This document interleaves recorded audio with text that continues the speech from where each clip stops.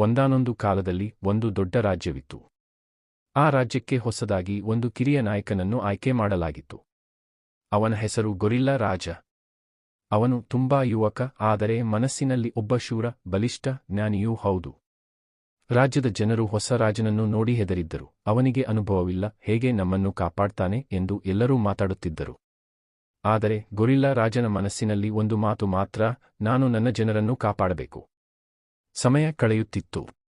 ಹತ್ತಿರದ ರಾಜ್ಯದಿಂದ ದೊಡ್ಡ ಯುದ್ಧದ ಭೀತಿ ಬಂದಿತು. ಶತ್ರು ಸೇನೆ ತುಂಬಾ ಬಲಿಷ್ಠ, ಸಾವಿರಾರು ಯೋಧರು.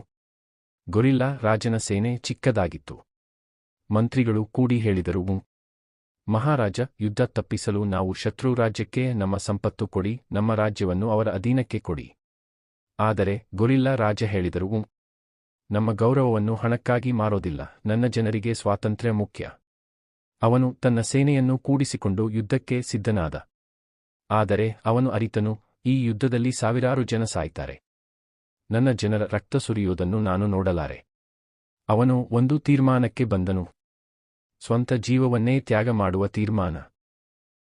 ಗೊರಿಲ್ಲಾ ರಾಜನು ಶತ್ರು ರಾಜನ ಹತ್ತಿರ ಹೋಗಿ ಹೇಳಿದರು, ಈ ಯುದ್ಧ ನಿಲ್ಲಿಸೋಣ. ನನ್ನ ಜೀವವನ್ನು ತೆಗೆದುಕೊಳ್ಳಿ. ನನ್ನ ಜನರನ್ನು ಬಿಡಿ. ಶತ್ರು ರಾಜನು ಬೆಚ್ಚಿಬಿದ್ದನು. ಇಷ್ಟು ದೊಡ್ಡ ಹೃದಯವಂತನನ್ನು ಅವನು ಕಾಣಿರಲಿಲ್ಲ. ಅವನು ಯುದ್ಧ ನಿಲ್ಲಿಸಿ ರಾಜ್ಯವನ್ನು ಮುಕ್ತಗೊಳಿಸಿದನು. ಜನರು ಆ ದಿನದಂದು ಗೊರಿಲ್ಲಾ ರಾಜನ ತ್ಯಾಗವನ್ನು ಎಂದಿಗೂ ಮರೆಯಲಿಲ್ಲ. ಅವನು ತನ್ನ ಆಸೆಗಳನ್ನು ಬಿಟ್ಟು ಜನರ ಹಿತಕ್ಕಾಗಿ ಬದುಕಿದನು. ಅವನ ಜ್ಞಾನ, ಧೈರ್ಯ ಮತ್ತು ತ್ಯಾಗ ರಾಜ್ಯದ ಇತಿಹಾಸದಲ್ಲಿ ಶಾಶ್ವತವಾಗಿ ಉಳಿಯಿತು.